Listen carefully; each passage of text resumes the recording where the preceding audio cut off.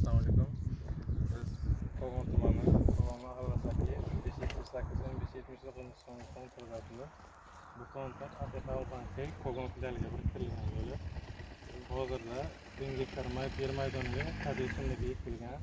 Bu kadi o'simligi 120 kun davomida parvarishlanadi va parvarishlanishdan keyin 100 tonna hosil olinadi. Hozirgi kunda mineral va o'g'itlar o'z vaqtida berilgan bo'lib, parvarishlash davomida o'tmoqda. Bu 1000 gektar yer maydoni 300 nafar fuqaroga bo'lib, 300 nafar fuqaro bugungi kunda 1000 gektar yer maydonidagi kadi o'simligini parvarishlab kelmoqda.